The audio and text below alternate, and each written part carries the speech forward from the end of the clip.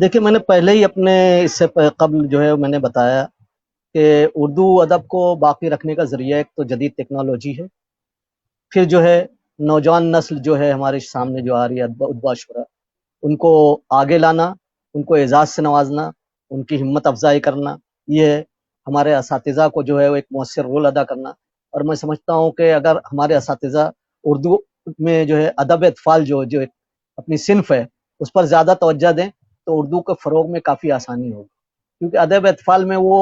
جو بچے ہیں، جیسے کہ ہم لوگ اپنے زمانے میں اسکول کے زمانے میں جو ہے تقریری تحریر مقابلے اور سب میں سے، تو ادب اطفال جو ہے وہ اسی سے تعلق رکھتا ہے کہ بچے کا جو ذہنی نشو و نما ہے وہ خود بخود راغب کر کے بچے کو اردو کی پروموشن کے لیے، تو اس پہ جو ہے ہمارے اساتذہ کو بھی توجہ دینا چاہیے۔ اور ہم جو ہے خصوصی طور پر اردو کو فروغ کے لیے اگر ہم واقعی سنجیدہ ہیں تو سب سے پہلے ہمیں کوشش کرنا چاہیے کہ ہمارے گھر کا ماحول جو ہے ادبی ہو، تہذیبی ہو اور اردو والا ہو۔ اردو والا ان معنوں میں کہ ہمارے بچے جو ہے اردو سے ذریعے تعلیم کو اپنائیں۔ آج میں اس بات کو محسوس کرتا ہوں، جیسے میں اپنی خود مثال دیتا ہوں، اور ہمارے آپ بھی شاید پتہ نہیں اردو میں ذریعے تعلیم سے پڑھے ہوں گے یا بہت سارے لوگ پڑھے ہوں گے، تو کیا آج انہوں نے ترقی نہیں کی؟ ہمارے بہت سے ڈاکٹر، ہمارے ساتھیوں بہت سے ڈاکٹر ہیں، بہت سے ماہر تعلیم ہیں، بہت سے دانشور ہیں، انجینئر ہیں، اداکار ہیں، وہ سب جو ہے وہ انہوں نے اردو ذریعے تعلیم سے حاصل کی اور آج وہ اس ترقی کو پہنچے۔ تو ہمارے ذہنوں پہ جو سوار ہے کہ انگریزی، اس میں شک نہیں، ہماری انگریزی ذریعے تعلیم ہوگا تو ہی ہم جو ہے وہ آگے بڑھیں گے، ایسا نہیں۔ ایک مثال میں، بہت بڑی مثال ہے، آپ کو میں دے سکتا ہوں۔ اکثر ہمارے انجمن کے صدر جناب ظہیر قاضی صاحب جو وہ بھی کہتے ہیں کہ بیرسٹر اے آر انتولے جو ہمارے ریاست کے وزیر اعلیٰ تھے، یوسف خان دلیپ کمار، اور جو ہے ڈاکٹر اے آر اندرے جو بڑے ماہر سرجن ہیں، یہ سب جو ہے انہوں نے انجمن اسلام سے تعلیم حاصل کی، انہوں نے اردو پڑھی، اردو بولی اور اس مقام پر پہنچے۔ کیا وہ انگریزی اچھی نہیں بول رہے ہیں؟ بالکل بول رہے ہیں۔ تو اس کا مطلب یہ نہیں کہ آپ انگریزی ذریعے تعلیم کو اپنائیں تو آپ آگے بڑھ سکتے ہیں، ایسا قطعی نہیں ہے۔ اگر آپ اردو ذریعے تعلیم اختیار کریں گے تو آپ کا بچہ جو ہے وہ سمجھے گا۔ وہ اب کہتے ہیں کہ مادری زبان جو ہے بچے کو بہت کچھ سکھاتی ہے، اور بچہ اس میں اپنی باتوں کو آسانی سمجھتا ہے۔ کوئی بھی سبجیکٹ ہو، کوئی بھی مضمون ہو، اگر اس کی مادری زبان میں ہو تو بآسانی اس کو سمجھے گا اور اس کو جو لکھ سکے گا اور آگے پڑھ سکے گا۔ اب وہ چونکہ انگریزی میں ہے، وہ بچہ بھی نہیں سمجھ پاتا پورا، اور اس کے بعد اس کے والدین بھی افسوس ہے کہ وہ بھی نہیں سمجھ پاتے کہ اس کو سمجھا سکیں۔ تو جو ہمارے قوم میں نے یہ میرا اپنے تجربے کی بات ہے، پتہ نہیں دوسروں نے اس پہ دھیان دیا ہو نہ دیا ہو، کہ ڈراپ آؤٹس کا سلسلہ بھی اسی وجہ سے زیادہ ہے۔ ہمارے طلباء ایک حد تک جا کر اپنی تعلیم منقطع کر دیتے ہیں اور وہ آگے نہیں بڑھ پاتے۔ تو ان کے لیے بھی حالانکہ چاہے تو پروفیشنل کورسز ابھی آ چکے ہیں ہماری قوم کے لیے، ہم کی جا سکتی ہے تو اس کو کرتے ہیں۔ تو بولنے مقصد ہے کہ اگر مادری زبان کو اپنائیں گے تو ہم کو زیادہ جو ہے وہ آسانی رہے گی۔ اور میں اپنی، جیسا کہ ابھی نے کہا تھا کہ زندگی کے لیے اردو ضروری ہے، تو میں ایک کسی کا شعر ہے، میں پڑھ کے اپنی بات ختم کرنا چاہوں گا کیونکہ آپ کا وقت بھی ہو رہا ہے، کہ بقا کی فکر کرو خود ہی زندگی کے لیے، بقا کی فکر کرو خود ہی زندگی کے لیے، زمانہ کچھ نہیں کرتا کسی کے لیے۔ بقا کی فکر کرو خود ہی زندگی کے لیے، زمانہ کچھ نہیں کرتا کبھی کسی کے لیے۔ تو ہمیں اپنی پہچان آپ بنانی، اپنا مقام، اپنا امتیاز، اپنی شان ہمارے بنانی ہے۔ جی، ہمارے تحریک بقائے اردو کے جنرل سیکرٹری ذاکر ملک بلیسی صاحب ہمیں دیکھ رہے ہیں، اور انصاری صاحب آپ کو مبارکباد دے رہے ہیں، سلیم محی الدین صاحب، عرفان عارف صاحب، یہ سارے کے سارے تحریک بقائے اردو کے جو ساتھی ہیں ہمارے تحریک، عرفان عارف صاحب، ذاکر ملک صاحب،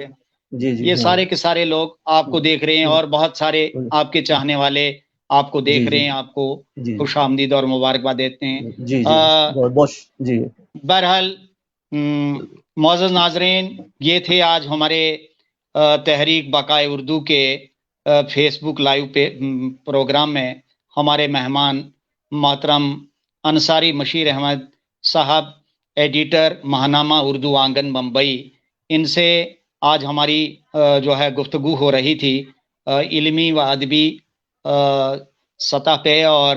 اردو کے فروغ اور اس کی بقا کے حوالے سے ان کی بہترین مفید مشورے آپ نے سنے، ہم نے سنے۔ اب یہ پروگرام جو ہے اپنے اختتام کو پہنچ رہا ہے۔ میں ناظرین چلتے چلتے اپنے مہمان اور آپ کی سماعتوں کی نظر ابن حسن بھٹکلی کا یہ شعر پیش کرتا ہوں کہ کسے تہذیب کہتے ہیں وہ خود ہی جان جائیں گے، کسے تہذیب کہتے ہیں وہ خود ہی جان جائیں گے، تم اپنے اپنے بچوں کو فقط اردو سکھا دینا، تم اپنے بچوں کو فقط اردو سکھا دینا، کسے تہذیب کہتے ہیں وہ خود ہی جان جائیں گے، تم اپنے اپنے بچوں کو فقط اردو سکھا دینا۔ یہ پروگرام یہیں اختتام کو پہنچتا ہے ناظرین۔ اللہ نے چاہا تو کل پھر ہم تحریک پکائے اردو کے فیس بک لائیو پروگرام پر کسی نئے مہمان کو آپ کے روبرو کریں گے۔ تب تک کے لیے مجھے اجازت دیجیے، اور انشاءاللہ اللہ کرے یہ سلسلہ اسی طرح برقرار رہے۔ خدا حافظ۔ انصاری صاحب آپ کا بھی بہت بہت شکریہ۔ اللہ حافظ۔ اللہ حافظ۔